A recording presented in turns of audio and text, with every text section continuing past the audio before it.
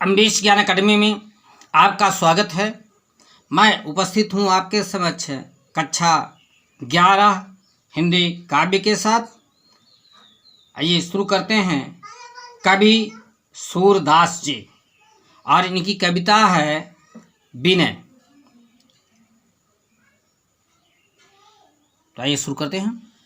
अब कै राख लेहु भगवान, हव अनाथ बैठो द्रुम डरिया, पारद साधे बान, ताके डर मैं भाज्यो चाहत ऊपर ढुक्यो सचान, दुहु भांति दुख भयो आन यह कौन उबारे प्राण, सुमरत ही यही डस्यो पारधि कर छूट्यो संधान, सूरदास सर लाग्यो सचान ही जय जय कृपा निधान। ये विनय है। अब इसमें संदर्भ लिखेंगे। प्रस्तुत पद हमारी पाठ्य पुस्तक कक्षा 11 हिंदी काव्य के विनय नामक पाठ से अवतरित है। इसके रचयिता सूरदास जी हैं। अब व्याख्या देखिए। हे भगवान, मैं वृक्ष की डाल पर अनाथ बैठा हुआ हूँ।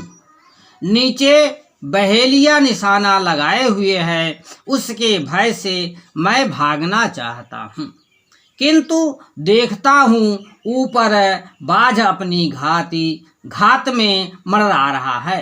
इस प्रकार से दोनों दशाओं में मेरे लिए कष्ट है। दूं भांति दुख भयवानी, ये दोनों प्रकार से मेरे लिए कष्ट संकट का समय है। मैं असहाय हूँ, मेरे प्राणों की रक्षा अब कौन करेगा? कौन उबारे प्राण? अब मेरे प्राणों की रक्षा कौन करेगा? जैसे ही इस प्रकार से स्मरण करता है, पक्षी स्मरण करता है, तो भगवान सर्प के रूप में बहेलिए को डस लेते हैं। उसके हाथ से बाण छूट गया और बाण जाकर के पक्षी को लग गया। इस प्रकार से पक्षी का संकट है दोनों तरह से टल जाता है। कवि कहता है उस कृपा निधान की जय हो। ये पक्षी के पक्ष में था, लेकिन इसको दूसरे पक्ष में भी लिया जा सकता है। हव अनाथ बैठूं द्रुम डरिया, मतलब इसमें ऐसा भी कहा जा सकता है मैं अनाथ हूँ और संसार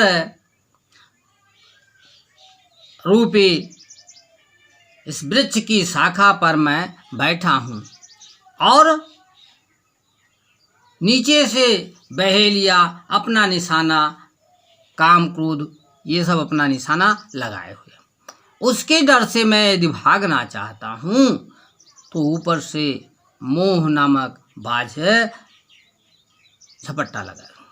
दोनों प्रकार से मुझे ये दुख है, तो ऐसे समय में मेरे प्राणों की रक्षा कौन करेगा?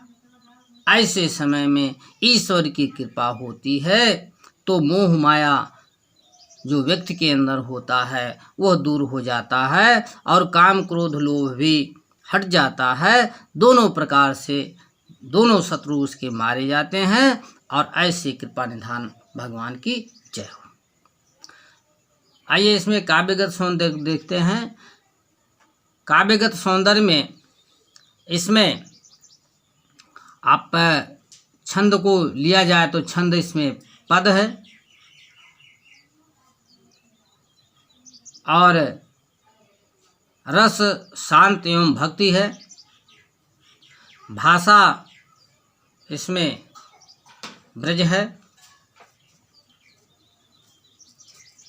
और अलंकार में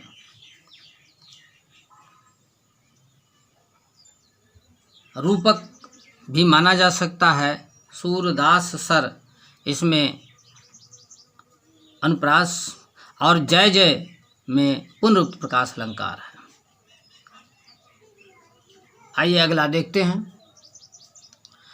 मेरो मन अनंत कहाँ सुख पावे, जैसे उड़ी जहाज को पंछी फिर जहाज पे आवे, कमल नयन को छाड़ी महात्म और देव को ध्यावे, परम गंग को छाड़ी पियासो दुर्मति कूप खनावे, जिम मधुकर अम्बुज रस चाख्यो क्यों करील फल भावे, सूरदास प्रभु कामधेनु तज थेरी कौन दुहावे।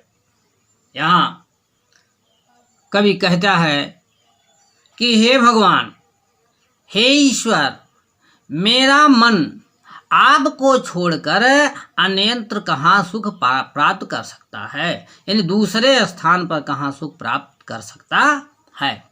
मेरी दशा ठीक उसी प्रकार से है जैसे जहाज की पक्षी की होती है।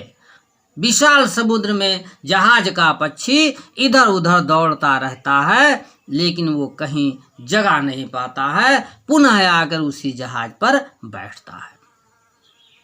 कमल नयन को छाणी महात्म, अर्थात कमलवत नेत्र वाले, कमल रूपी नेत्र वाले ईश्वर को छोड़ करके मैं क्या किसी अन्य देवता का ध्यान लगा सकता हूँ। अर्थात मैं कमल नेत्र वाले, कमल के समान नेत्र वाले ईश्वर की ही उपासना करूँगा। परम रंग को छाड़ी पियासो दुर्मत कूप खनावे। पुनः कवि कहना चाहता है, जो श्रेष्ठ गंगा जी को छोड़ करके क्या कोई ऐसा व्यक्ति है तो वह कूप को यानी कुआं को खुदवा सकता है। अर्थात जिसके समक्ष गंगा जी बह रही हो वो उसके जल को छोड़कर क्या कुएं का जल पिएगा। जिम मधुकर अम्बुज रख चाख्यो क्यों करील फल पावे। पुनः कवि कहता है कि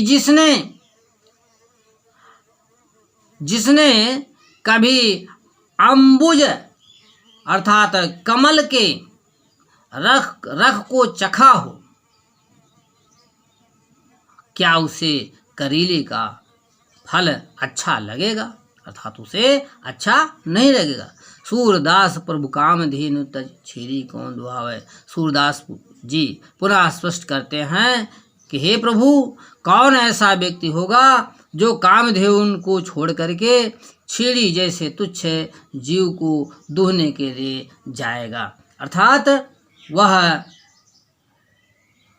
कामधेनु को ही चाहेगा, छेड़ी को नहीं चाहेगा। पुनः कवि चाहते हैं कि जिसे ईश्वर प्राप्त है वह अन्य देवताओं की उपासना करने क्यों जाए। आइए इसमें भी देखिए, रस शांत और भक्ति है,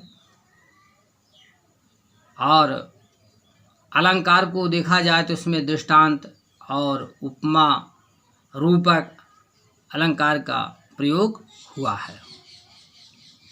भाषा ब्रज है और छंद पद।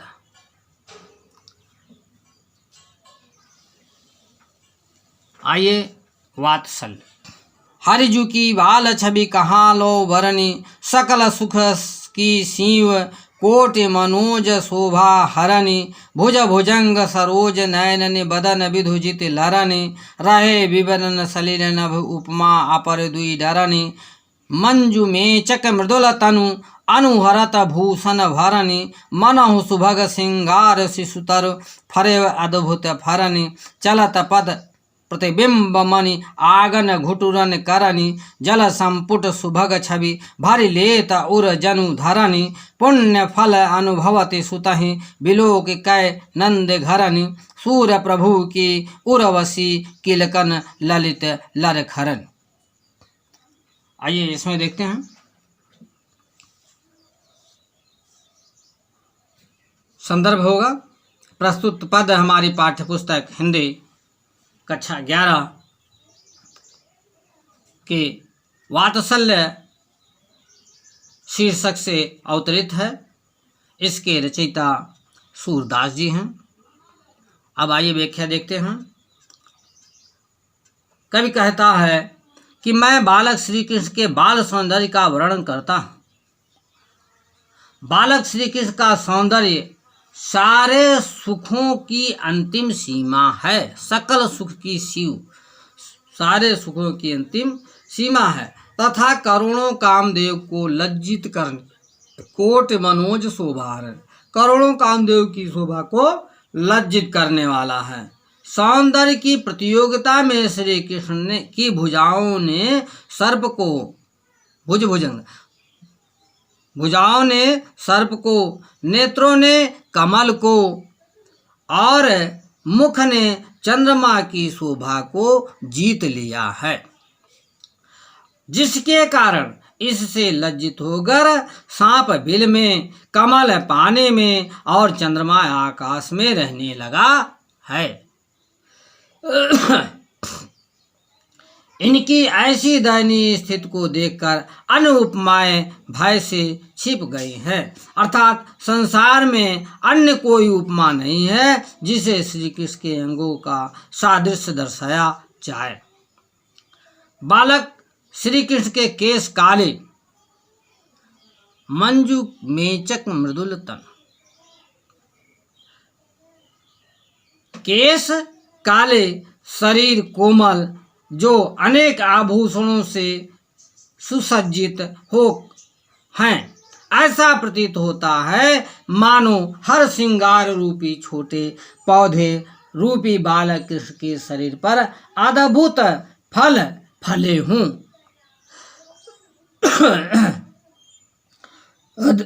अद्भुत फल फले हों। मणियों से जड़े आंगन में बालक श्री कृष्ण के कमलवत हाथ पैर प्रतिबिंबित होते हैं। वो ऐसा प्रतीत होता है मानो पृथ्वी संपुट कमल के सौंदर्य को अपने हृदय में भर रही हो। नंद जी की पत्नी यशोदा बालक श्री कृष्ण के ऐसे सौंदर्य का दर्शन करके अपने पूर्व जन्म के संचित पुण्य फल का अनुभव करती हैं। पुण्य फल अनुभवत उनके हृदय में बालक श्री कृष्ण की किलकारी तथा सुंदर लड़खड़ाहट बस गई है। ये समाप्त होता है। अब आइए काव्यगत सौंदर्य इसमें भी देखते हैं।